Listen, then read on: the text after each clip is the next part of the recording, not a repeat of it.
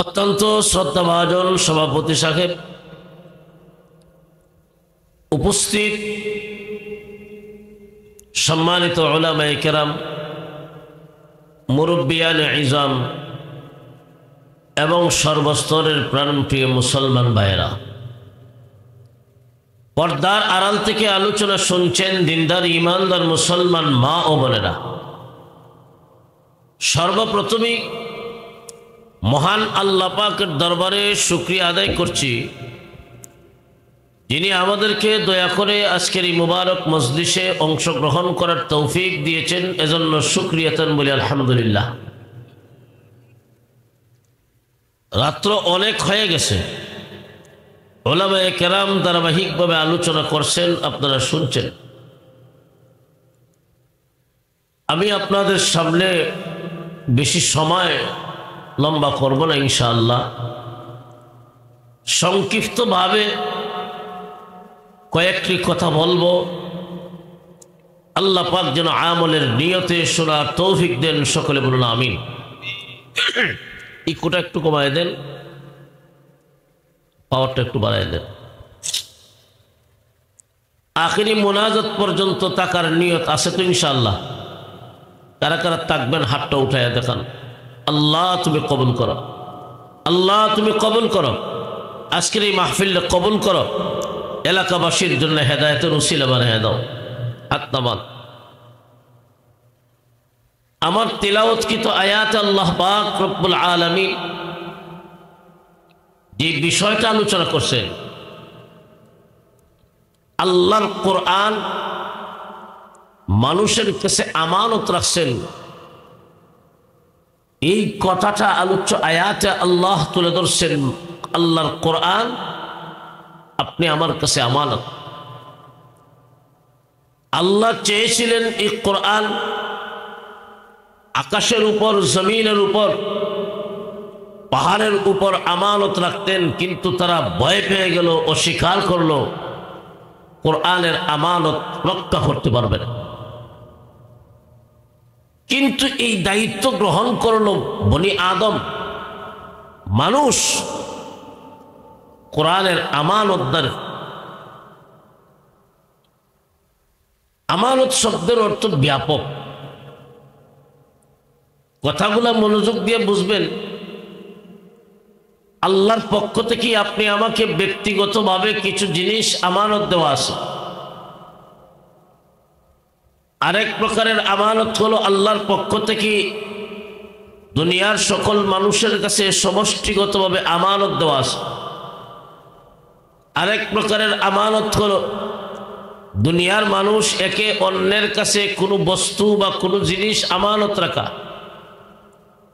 আরেক প্রকারের আমানত হলো মানুষ একে অন্যের কাছে কোনো গোপন কথা, কোনো কথা আমানত রাখা। সবগুলাই আমানতের অন্তর্ভুক্ত। সবগুলার ব্যাপারেই আল্লাহ কোরআনের অন্য আয়াতে বলেন, ইন্নাল্লাহা ইয়া'মুরুকুম আন তুআদ্দুল আমানাতি ইলা আহলিহা। নিশ্চয় আল্লাহ তোমাদেরকে আদেশ করেছেন তোমরা আমানত রক্ষা করবা। আমানত রক্ষাকারী দুনিয়াতেও সফল, পরকালেও সফল। আর যিনি আমানতের খেয়ানত করেন, আমানত রক্ষা করতে পারেন না, নবীজির একখানা হাদিস, আমি যে হাদিস কেনা খুতবাতে পাঠ করেছি, আল্লাহ রসুল বলেন, যার মাঝে আমানতদারি নাই তার মাঝে ঈমানই নেই। আল্লাহর পক্ষ থেকে আপনি আমাকে ব্যক্তিগতভাবে দেখেন কি আমানত দেওয়া আছে। আমার এই 3.5 হাত বডিতে দামি 2টা চক্ষু আল্লাহর পক্ষ থেকে দেওয়া আমানত, ঠিক না বেঠিক? আমার জিহ্বা দিয়েছেন কে? আমানত। আমার 2টা ঠোঁট দিয়েছেন কে? কথা বলবেন। আমার 2টা ঠোঁট দিয়েছেন কে? আমার 2টা কান দিয়েছেন কে? আমার 2টা হাত দিয়েছেন কে? এই সবগুলা অঙ্গ প্রত্যঙ্গ আপনি আমাকে আল্লাহর পক্ষ থেকে দেওয়া আমানত, এইগুলার মালিক আমি নই। যদিও দেখতেছেন আমার বডিতে লাগানো, কিন্তু মালিক আমি না, ঠিক না? এই জন্যে আপনি চাইলে আপনার একটা চক্ষু বিক্রি করতে পারবেন না, আপনি চাইলে আপনার কিডনি বিক্রি করতে পারবেন না, কারণ এইগুলার মালিক আপনি নন, এইগুলার মালিক কে? আল্লাহ আমানত রাখছেন। এই চোখ দিয়েছেন, কত দামি জিনিস আপনি বুঝবেন না। যার একটা চক্ষু নাই ওনাকে জিগায়েন। আল্লাহ দুইটা হাত দিয়েছেন, কত দামি জিনিস, এটা আপনি বুঝবেন না, যার একটা হাত নাই উনি বুঝবেন, ঠিক না বেটি? আলম নাজআল লাহু আইনাইন ওয়া লিসানান ওয়া শাফাতাইন ওয়া হাদাইনাহু নাজদাইন। আল্লাহ পাক রব্বুল আলামিন বলেন, আমি কি তোমাদেরকে দুইটা চক্ষু দেই নাই? ওয়া লিসানান ওয়া শাফাতাইন, আমি কি তোমাদেরকে জিহ্বা দেই নাই? দুইটা ঠোঁট কি আমি আল্লাহ দেই নাই? এটা ইস্তেফহামে ইনকারি, প্রশ্নবোধক। এইগুলা দিয়েছেন কে? আর এইগুলা আল্লাহর পক্ষ থেকে আপনি আমাকে দেওয়া আমানত। দুনিয়ার মানুষেরা, আমি আল্লাহ তোকে দুইটা চক্ষু দিলাম, ভালো জিনিস দেখবে। আমার সৃষ্ট জীব দেখে দেখে আমি আল্লাহর উপর ঈমান পরিপূর্ণ করবা। কিন্তু এই চক্ষু দিয়া আজকে আপনি আমার সমাজের অনেক মানুষ দেখবেন ভালো জিনিস দেখে নাও, আল্লাহর সৃষ্ট বস্তু দেখে গবেষণা করবে দূরের কথা, আল্লাহর কোরআন দেখে দেখে পড়বে দূরের কথা। এই চক্ষু দিয়া আজকে সমাজের মানুষ ভালোর তুলনায় খারাপ জিনিসটাই দেখে বেশি। বর্তমান সময়ের যুবক যুবতী এই দুইটা চক্ষু দিয়া মানুষ এখন খারাপ কাজ দেখে, মোবাইলে ছবি দেখে, মোবাইলে নাটক দেখে। দুনিয়ার মানুষেরা রে, অনেক বান্দা বান্দি এমন আছে রাত্রে যখন ঘুমাইতে যায় মোবাইল হাতে নিয়ে ভিডিও ছবি দেখে দেখে ঘুমায়, ঠিক না বেঠিক? অনেকে দেখবেন কানে ইয়ারফোন লাগাইয়া গান শুনে শুনে ঘুমায়, অনেকে ভিডিও দেখে দেখে ঘুমায়। আপনারা জবাব দেন, গান শোনা আর মোবাইলে ছবি দেখা, নাটক দেখা, এইগুলা হালাল না হারাম? আরো জোরে।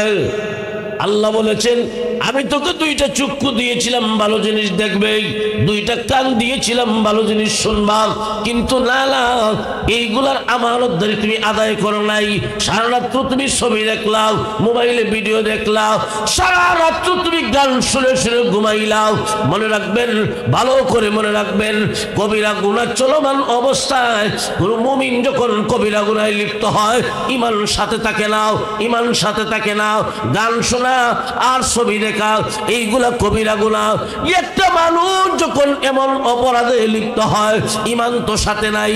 পৃথিবীর মানুষেরা রে, তুমি যখন গান শুনতেছো, গান শুনতেছো, অনেক মানুষ দেখবেন গান বাজতে আছে, উনি ঘুমাইতেছেন, ঘুম চলে, গানও চলে। এই অবস্থায় যদি মরণ হয়, সম্ভাবনা আছে বেঈমান হয়ে দুনিয়ার থেকে বিদায় হইবা, ঈমান নিয়ে কবরে যাইতে পারবা না। ও পৃথিবীর মানুষের, আল্লাহ তোমাকে আমানত দিয়েছিলেন দুইটা চক্ষু, কিন্তু ভালো জিনিস না দেখে এই যে ছবি দেখলাম, কিয়ামতের কঠিন ময়দানে আল্লাহর আদালতে প্রত্যেকটা আমানত বস্তুর হিসাব তোমাকে দেওয়া লাগবে।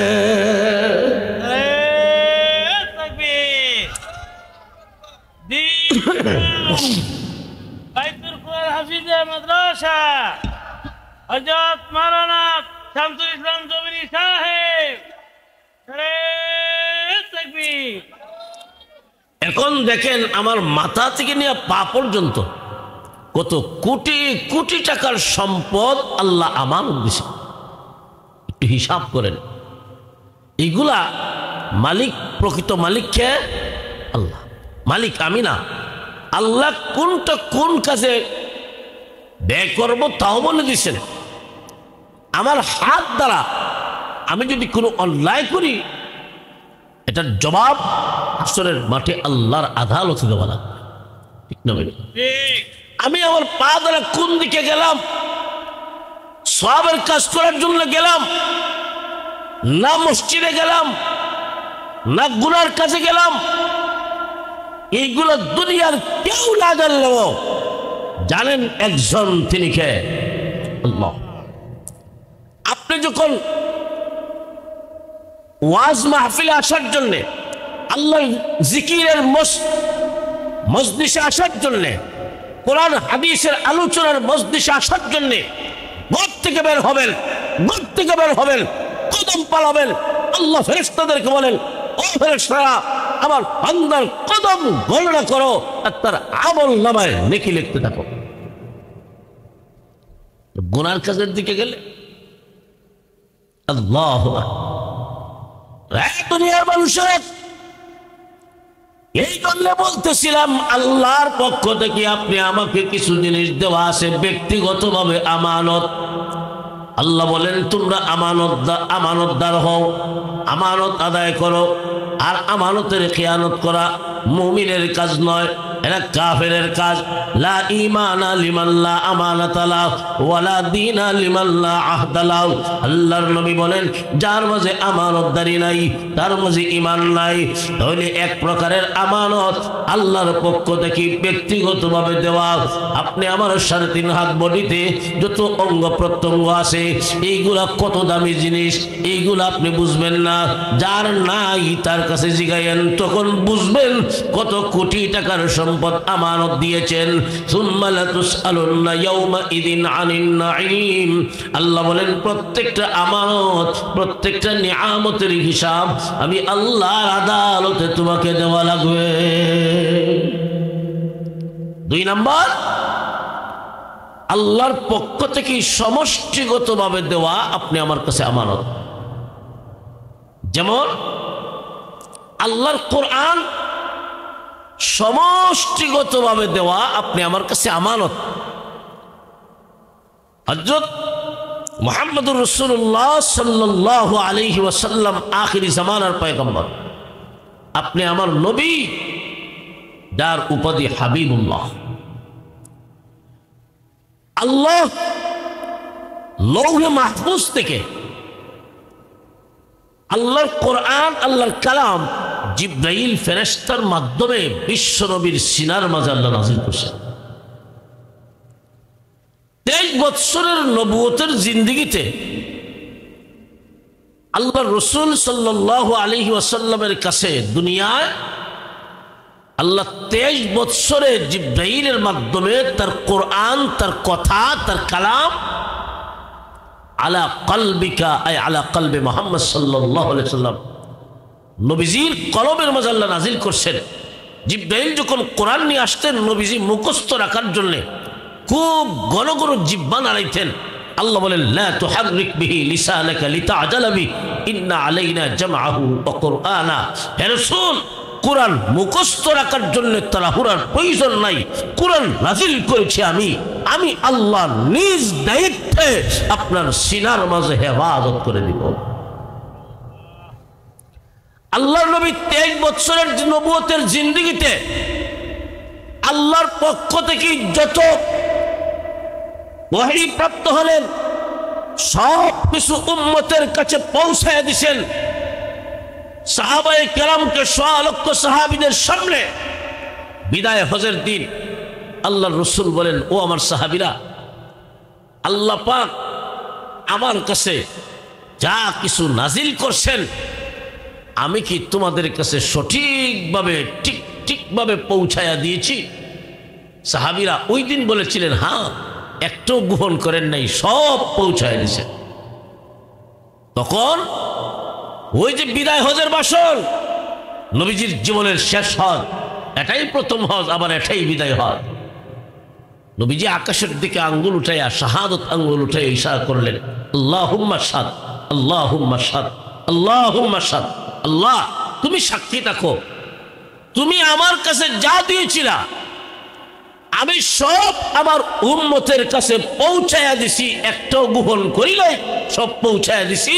আমার 100 লক্ষ সাহাবী সাক্ষী দিতেছে। প্রভু যা কিছু দিয়েছিলাম একটাও গোপন করি নাই, সব কিছু পৌঁছাইয়া দিলাম। আল্লাহ এই ব্যাপারে আমার 100 লক্ষ সাহাবী সাক্ষী, আমার সাহাবীদের সাক্ষীর উপরে তুমি আহকামুল হাকিমিন সাক্ষী হইয়া যাও। আমি যে সব পৌঁছায় দিছি, এই কথাটা এরা সাক্ষী দিতেছে। আল্লাহ তুমি সাক্ষী থাকো কিয়ামতের মাঠে। আল্লাহ তুমি যখন জিজ্ঞাসা করবা তোমার কোরআন আমার কাছে আমানত দিয়েছিলা, এই আমানত কতটুকু আদায় করেছি, আমার সাহাবীরা সাক্ষী দিতেছে পরিপূর্ণ আদায় করেছি, একটাও গোপন করি না। কন্যা সুবহানাল্লাহ। দুনিয়ার মানুষের আল্লাহর কোরআন লৌহে মাহফুজ থেকে নিয়ে জিবরাইল আপনি আমার নবীর সিনার মাঝে আমানত দিয়েছিল। নবী কোরআনের আমানতদারি কতটুকু আদায় করেছেন? 100 আদায় করেছেন, একটাও গোপন করেন নাই। আল্লাহর নবী বলেন, সাহাবীরা রে আমি চলে যাই, আর তোমাদের কাছে 2টা জিনিস আমানত রাইখা যাই। 2টা জিনিস। আল্লাহর নবী বলেন, তারাকতু ফীকুম আমরাইন লান তাযিল্লু মা তামাসসাকতুম বিহিমা কিতাবাল্লাহি ওয়া সুন্নাত রাসূলি। আল্লাহর নবী বলেন, আমি চলে যাই আর তোমাদের কাছে 2টা জিনিস রেখে যাই। এই 2টা জিনিস তোমাদের কাছে আমানত রেখে যাই। উম্মত রে, এই 2টা জিনিসের আমানত যতদিন তোমরা সঠিকভাবে আদায় করবা, এই 2টা জিনিস যতদিন তোমরা ধরে রাখবা, ততদিন পর্যন্ত তোমরা গুমরাহ হবে না, পথভ্রষ্ট হবে না, জাহান্নামের পথের যাত্রী হবে না। একটা হলো আল্লাহর কোরআন তোমাদের কাছে আমানত রেখে যাই।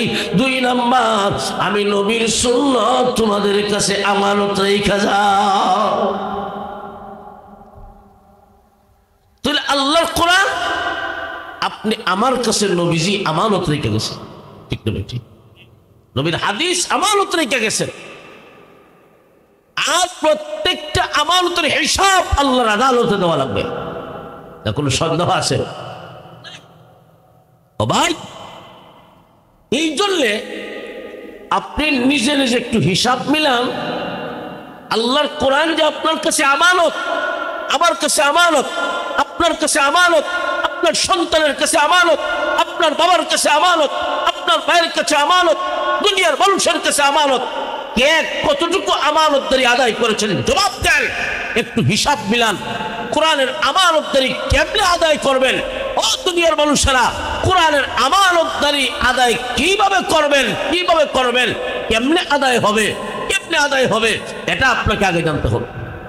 1 নাম্বার, আমি মুসলমান, আমি মুমিন, আমার উপর ফরজ হলো আল্লাহর কোরআন দেখে দেখে পড়তে পারি। আল্লাহর কোরআন দেখে দেখে পড়তে পারো, এটা দুনিয়ার সকল মুমিন নারী পুরুষের উপর ফরজ। না কোনো সন্দেহ আছে? হাফেজ হওয়া ফরজ নয়, আলেম হওয়া ফরজ নয়। আল্লাহর কোরআন দেখে দেখে পড়তে পারেন, এটা মুমিন হিসাবে সকলের উপর সমানভাবে ফরজ। এটা হলো কোরআনের আমানতদারি আদায় হবে। আপনি পড়তে পারেন না, আপনি কেমন মুসলমান আর কেমন মুমিন?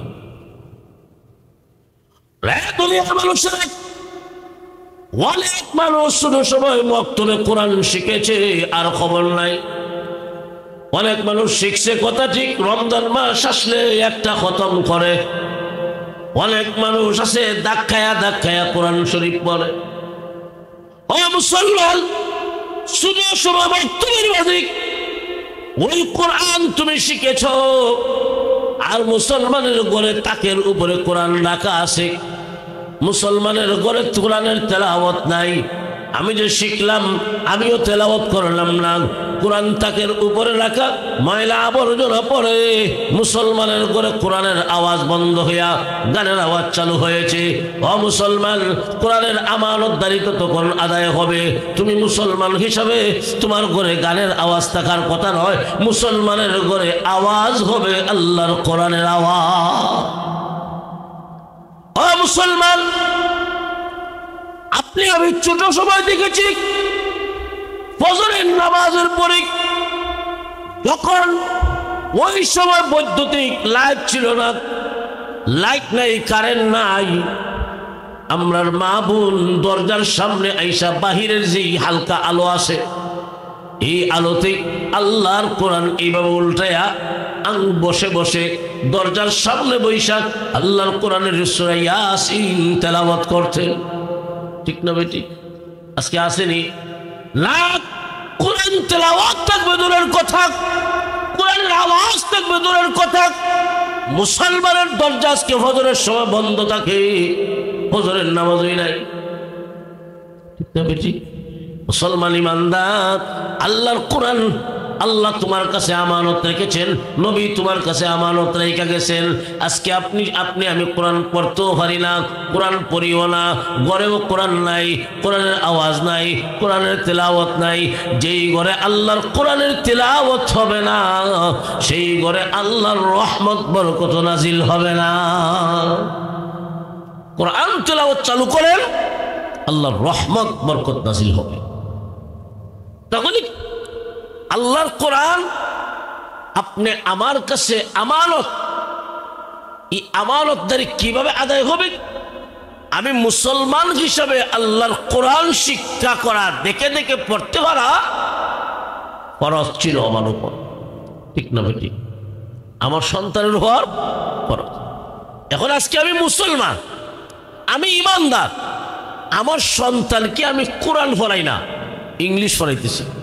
আমার সন্তান ইংলিশে কথা কয় কিন্তু কোরআন পারে না, যেমন আছে না? নাই নাই।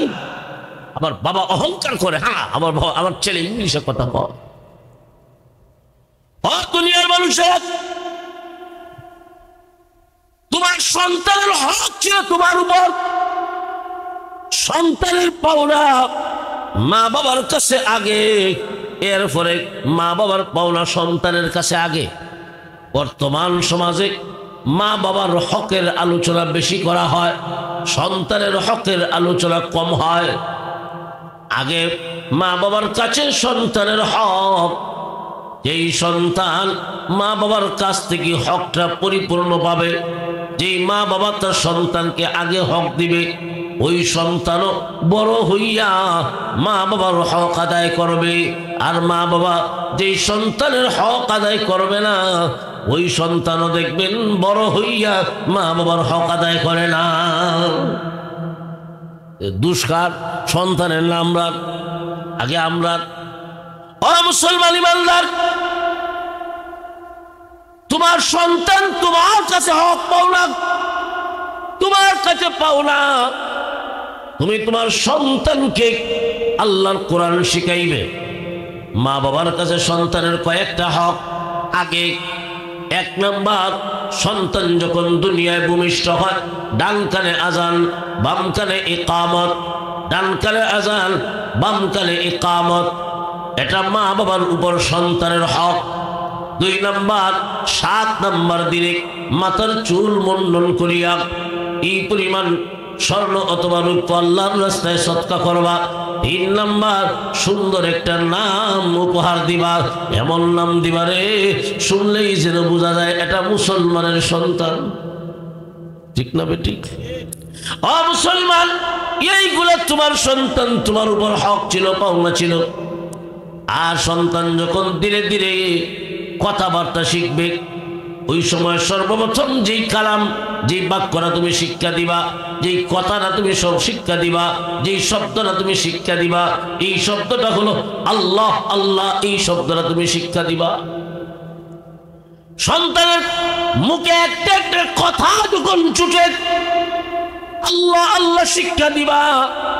আর যখন তুমি তোমার সন্তানকে পড়ালেখা শিখাইবা, অক্ষরের জ্ঞান যখন দিবা, সর্বপ্রথম আল্লাহর কোরআনের জ্ঞান তোমার সন্তানকে তুমি দিবা। মা বাবা সন্তানকে করে আল্লাহর কোরআনের জ্ঞান শিক্ষা দেবে, আলিফ শিখাইবে, বা শিখাইবে, আরবি 29টা হরফ শিখাইবে। এইগুলা পাঠ্যশালায় যাওয়ার আগেই মা এবং বাবা, বিশেষ করে মা বাবার চাইতেও মা বেশি। মা তার সন্তানকে আল্লাহর কোরআনের অক্ষর জ্ঞান 29টা হরফ শিখাইয়া দিবে ঘরে। ওই সন্তান যেহেতু মুসলমান, তোমার সন্তান যেহেতু মুসলমান, তোমার সন্তানটাকে তুমি প্রাথমিক শিক্ষা দিবা। প্রাথমিক শিক্ষা দিবা ইসলামী শিক্ষা, প্রাথমিক শিক্ষা দিবা কোরআনের শিক্ষা। কারণ কোরআনের শিক্ষা দেওয়ার জন্যেই, কোরআনের শিক্ষা করার জন্যেই মহান আল্লাহ আপনি আমাকে দুনিয়াত পাঠাইছে। তোমার সন্তানকে তুমি কোরআন শিখাইবা, এই জন্য আল্লাহ পাঠাইছেন। ইংলিশ শিখাইবা, ইংলিশে কথা বলবে, এটার জন্য নয়। আল্লাহ পাঠাইছেন কোরআন শিক্ষা করবা, আর কোন উদ্দেশ্য নয়। যেমন দেখেন সূরাতুর রহমান, আর রহমান একটা সূরা আছে না নাই? এটা মুসলমান হিসাবে সকলের জানা থাকা দরকার। কোরআনের কয়টা সূরা, কয়টা আয়াত, কোরআন দেখে দেখে পড়তে পারা, আল্লাহর হুকুম আহকাম মানতে যে জ্ঞান শিক্ষা করা দরকার, এই জ্ঞান শিক্ষা করা সকলের উপর সমানভাবে ফরজ। না কোনো সন্দেহ আছে? ভাই দেখেন, আমি মুসলমান, আমাকে আল্লাহ দুনিয়াত পাঠাইছেন কোরআন শিখব। সূরাতুর রহমানে আল্লাহ পাক রহমানের পরিচয় দিয়েছেন কোন একটা প্রশ্নের জবাবে। একটা আয়াত নাযিল হলো, কুল উদুল্লাহ আও উদুর রহমান, তোমরা আল্লাহকে ডাকো অথবা রহমানের নাম নিয়ে ডাকো। মক্কার মুশরিকেরা কয়, এতদিন পর্যন্ত আব্দুল্লাহর ছেলে মোহাম্মদ আল্লাহর নামে ডাকলো আমরা রে, এখন যদি দেখা যায় রহমানের নামে ডাকে, রহমান আবার কেঠা, রহমান কে? রহমানের পরিচয় দিতে গিয়া আল্লাহ সূরা রহমান নাযিল করছে। সূরা রহমানটা কি? আর রহমান আল্লামাল কুরআন খালাকাল ইনসান। আর রহমান, রহমান হলেন তিনি। পরের আয়াত কি? আল্লামাল কুরআন, কোরআন শিখাইছেন যিনি। রহমানকে, রহমান হলেন তিনি, কোরআন শিখাইছেন যিনি। এরপরে আয়াত খালাকাল ইনসান, মানুষ সৃষ্টি করেছেন যিনি। এখানে দেখেন আয়াতের যেই ধারাবাহিকতা, রহমানের পরিচয় দিতে গিয়ে আল্লাহ বলেন রহমান হলেন তিনি, কোরআন শিখাইছেন যিনি। পরে বলেন খালাকাল ইনসান, রহমান হলেন তিনি, মানুষ সৃষ্টি করেছেন যিনি। আল্লাহ আগে বলেছেন কোরআন শিক্ষার কথা, পরে বলেছেন মানুষ সৃষ্টির কথা। তাহলে এখানে একটা লক্ষণীয় বিষয়, মুফাসসিরিনে কেরাম বলেন দুনিয়ায় মানুষ সৃষ্টি হয় আগে, এরপরে ক্রমান্বয়ে ক্রমান্বয়ে তাদরিজান তাদরিজান ধীরে ধীরে ওই বাচ্চারা কথাবার্তা শিখে এরপরে কোরআন শিক্ষা করে। কিন্তু আল্লাহ আগে কোরআন শিক্ষার কথা বললেন, এরপরে বললেন মানুষ সৃষ্টির কথা। এখানে আল্লাহ উল্টা বললেন কেন? মুফাসসিরিনে কেরাম বুঝাইয়া দিলেন, আল্লাহ এই কথাটা বুঝাতে চান দুনিয়ার মানুষরা রে, আমি আল্লাহ তোমাদেরকে দুনিয়াত পাঠাইলাম একটাই উদ্দেশ্য, দুনিয়ার মানুষেরা আমি আল্লাহর কোরআনের জ্ঞান অর্জন করবে। দুনিয়ার মানুষ কোরআনের শিক্ষায় শিক্ষিত হবে। এখন আসেন, আমার সন্তানের হক পাওনা হলো আমার সন্তানকে আমি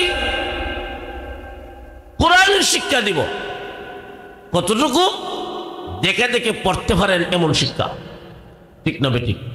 এটা আপনারা কই, কোরআন দেখে দেখে পড়তে পারা এমন শিক্ষা করা ফরজ কিনা? নবীজি কইছেন আমার কথা নয়, তলাবুল ইলমি ফরিদাতুন আলা কুল্লি মুসলিম। এই হাদিস থেকে কি পরিমাণ শিক্ষা অর্জন করা ফরজ? নামাজ পড়তে যেই পরিমাণ মাসলা মাসাইল শিখা লাগে, যেই পরিমাণ জানা লাগে, এই পরিমাণ জানা আমার উপর ফরজ, আপনার উপর ফরজ, ঠিক না বেটি? রোজা সহি হওয়ার জন্য যেই পরিমাণ জানা লাগে, এই পরিমাণ জানা সকলের উপর ফরজ।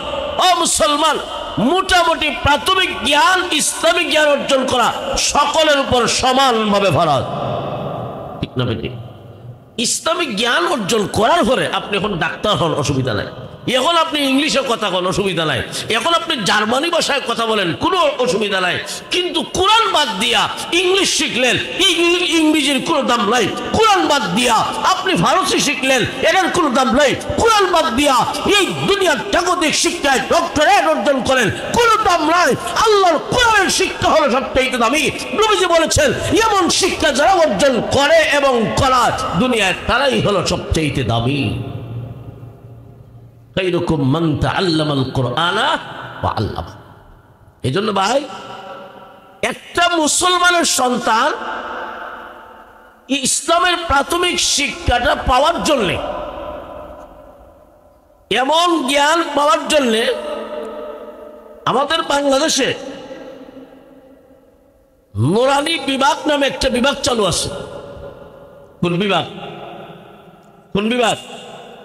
অনেক জায়গায় নুরানি মাদ্রাসা, অনেক জায়গায় বড় মাদ্রাসার একটা অংশ হলো নুরানি বিভাগ। 4 বছরের কোর্স। কয় বছর? 4 বছরের এক কোর্স। মনে করেন আপনার 4 বছর অথবা 5 বছরের বাচ্চাটাকে যে কোনো নুরানি মাদ্রাসায় আপনি ভর্তি করলেন। ওই নুরানি মাদ্রাসায় 4 বছরের কোর্স শেষ করে আপনার সন্তান কেমন শিক্ষা অর্জন করবে আপনি বানিয়েছেন কেন? যেখানেই যান মাদ্রাসার ছোট ছাত্ররা, নুরানি বিভাগের 3য় শ্রেণীর ছাত্ররা, 4 বছরের কোর্স শেষ করেছে এমন ছাত্ররা আল্লাহর কোরআন সহি শুদ্ধভাবে পড়তে পারে এমন শিক্ষিত হয়ে যায়। আপনি মারা গেলে আপনার জানাজার নামাজ কিভাবে পড়াতে হয়, জানাজার নামাজ সরাইয়া দেখাইতে পারে। ঠিক না বেটি? ইংলিশে বলেন, ইংলিশে কথাও কইতে পারে অনেক সময়। সুবহানাল্লাহ। অর্থাৎ চলমান ইংরেজিও পারে, চলার মতো অঙ্কও পারে, চলার মতো বাংলাও পারে।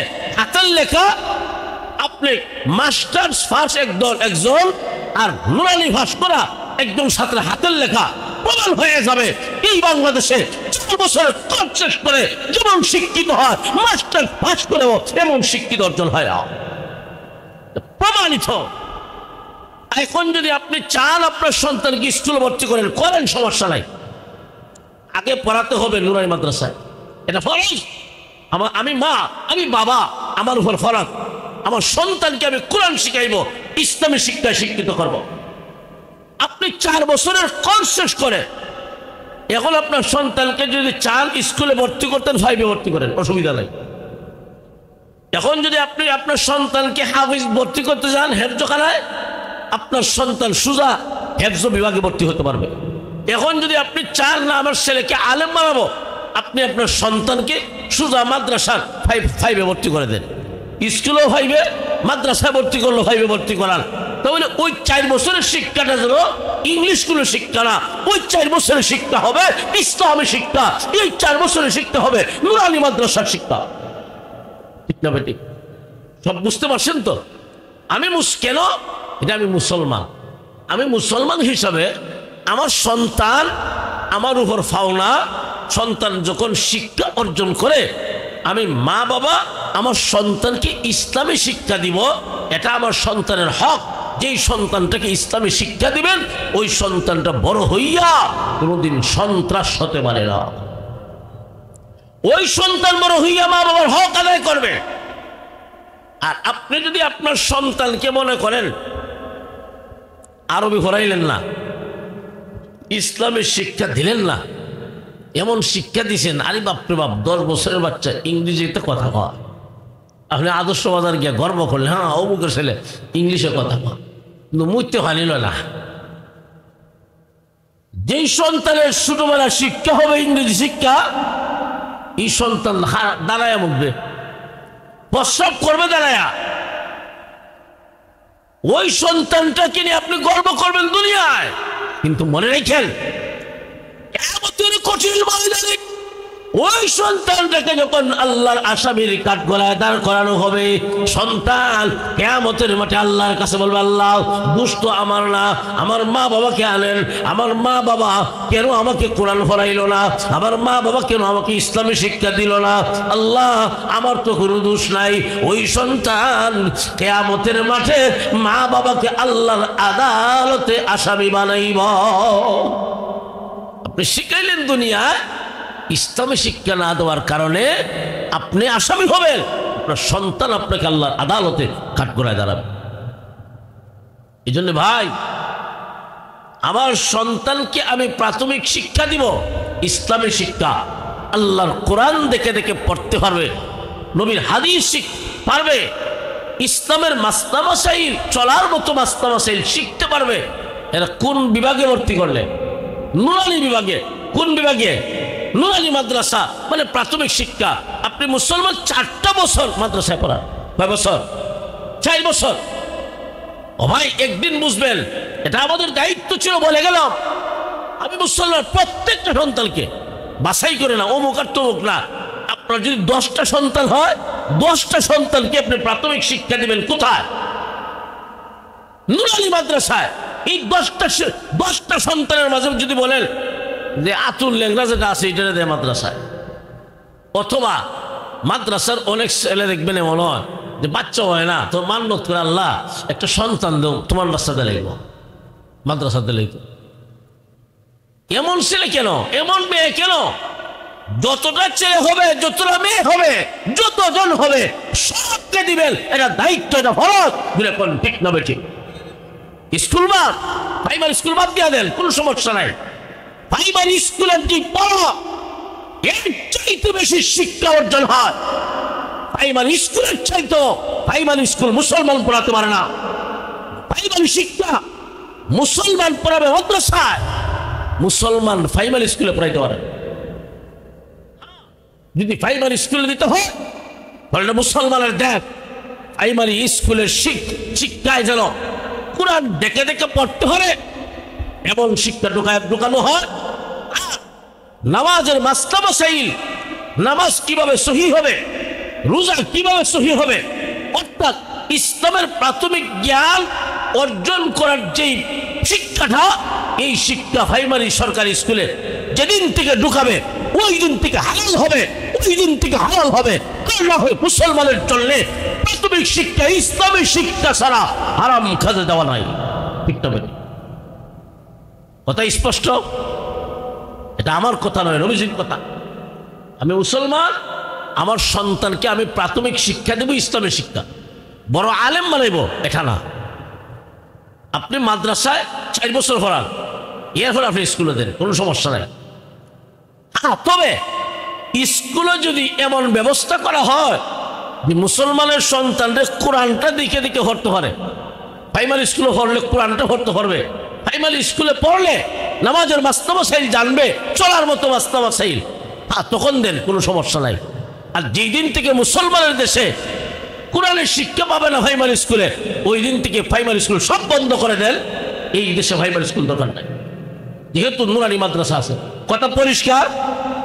এটা মুসলমান, তোমাদের দায়িত্ব। আল্লাহ হয় হাসরের মাঠে তোমার ছেলেকে কি শিক্ষা দিয়েছিলা, এর জবাব তোমাকে দেওয়া লাগবে। তাহলে আল্লাহর কোরআন আপনি আমার কাছে আমানত, ঠিক না ঠিক? হাসরের মাঠে আল্লাহ নবীকে জিজ্ঞাসা করবেন, নবী, জিব্রাইল আমার কোরআন লৌহে মাহফুজ থেকে নিয়ে শেষ করে দিব, হয়ে যাবে 2 মিনিট, 2 মিনিট। আচ্ছা আয়েন তাড়াতাড়ি। যে হাসরের মাঠে নবীকে আল্লাহ জিজ্ঞাসা করবেন, জিব্রাইল আমার কোরআন লৌহে মাহফুজ থেকে নিয়ে আপনার সিনার মাঝে আমানত রাখছিল, কতটুকু হক আদায় করছেন, জবাব দেন। তখন ওই হাসরের মাঠে নবীজি বলবেন, আল্লাহ আপনার কোরআন জিব্রাইল ফেরেশতা আমার কাছে জিব্রাইলের মাধ্যমে আপনি দিয়েছিলেন, আমি আমার উম্মতের কাছে সঠিকভাবে পৌঁছায় দিছি। বললেন সুবহানাল্লাহ। ওই যে নবীজি বলবেন, আল্লাহ এই ব্যাপারে আপনি সাক্ষী আছেন, আমার 100 লক্ষ সাহাবীরা সাক্ষী দিছে। ঠিক না বেটি? এখন এই দায়িত্বটা নবী তো উম্মতের কাছে দিয়া গেছেন, যে আমি চলে যাই আর তোমরার কাছে দুইটা জিনিস রেখে যাই আমানত। মনে আছে না আপনারা? তারাকতু ফিকুম আমরাইন লান তাদিল্লু মা তামাসসাকতুম বিহিমা কিতাবাল্লাহি ওয়া সুন্নাত রাসূলি। আল্লাহর নবী বলেন, উম্মত রে আমি চলে যাই আর তোমাদের কাছে দুইটা জিনিস রেখে যাই। যতদিন পর্যন্ত দুইটা জিনিস ধরে রাখবা, জাহান্নামী হবে না, গুমরাহ হবে না, পথভ্রষ্ট হবে না। একটা হলো কিতাব আল্লাহ, আল্লাহর কোরআন রেখে যাই। দুই নাম্বার ওয়া সুন্নাত রাসূলি, আমি নবীর সুন্নাত তোমাদের কাছে আমানত রেখে যাই। আল্লাহর কোরআন আপনি আমার কাছে আমানত। কিয়ামতের মাঠে আল্লাহ যদি জিজ্ঞাসা করে, ও আমার নবীর উম্মতেরা, কে কতটুকু আমানতদারি আদায় করেছেন জবাব দেন। কে কতটুকু আদায় করেছেন জবাব দেন। আপনি আমার পক্ষে জবাব দেওয়া কি সম্ভব? আলোচনা পারবেন না। আল্লাহ যদি জিজ্ঞাসা, বিপদটা তখন আমাদের উপরে। নবী তো কইছেন, আল্লাহ আমি আদায় করে নিছি, আমার উম্মতের কাছে রাইকে আমি চলে আসি।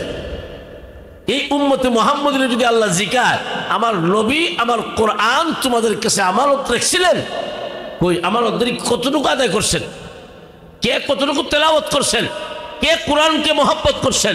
কে কোরআন ওয়ালাকে মহব্বত করছেন? কে মাদ্রাসাকে মহব্বত করছেন? যে কে কোরআনের প্রতিষ্ঠানকে মহব্বত করছেন? কে কোরআন নিয়মিত তেলাওয়াত করছেন? কে নিজে শিখছেন? কে ছেলে মেয়েকে শিখাইছেন? জবাব দেন, জবাব দেন। কারো পক্ষে জবাব দেওয়া কি সম্ভব? এমনি নবীজি আরশে আজিমের পায়ের নিচে সেজদায় পড়ে যাবেন, আল্লাহ আমার উম্মতকে যদি জিগান যে কোরআনের আমানতদারি কি আদায় করছেন, কতটুকু জবাব দেও, একটা উম্মতের জবাব দিতে পারতো না। আল্লাহ মেহেরবানি করিয়া এই দায়িত্ব কোরআনের হাতে ছেড়ে দেন। রজুরে করেন না সুবহানাল্লাহ। আল্লাহ বলবেন মনজুর, এই কোরআন যাও আসরের মাঠে একটু ঘুরা দেখো, দুনিয়াত কারা কারা তোমার তিলাওয়াত করছে, মোহব্বত করে নিজে হাসছে না হতো। আল্লাহ কোরআনে মহব্বত করছে, কোরআনওয়ালাকে মহব্বত করছে। যেখানে কোরআন পড়া হয় মাদ্রাসা টাকা দিয়া, পয়সা দিয়া, বুদ্ধি দিয়া, পরামর্শ দিয়া মাদ্রাসার সহযোগিতা করছে। ওর তো কোরআন যেন হরে, ছেলে মেয়েরা হরাইছে, ছেলে মেয়ে নাই, মাদ্রাসার একটা বাচ্চারে নিয়ে খাওয়াইয়া, নিজের গলা খাওয়াইয়া কোরআন হরার ব্যবস্থা করে দিছে। আহারে আমি কোরআন পড়ছি না, আমার ছেলেকে হরাই, ছেলেও নাই, মেয়েরা হরাইলো, ছেলে মেয়ে নাই, আরেকজনের সন্তানকে আইনিয়া নিজের ঘরে খাওয়াইয়া মাদ্রাসায় কোরআন পড়ার ব্যবস্থা করে দিল।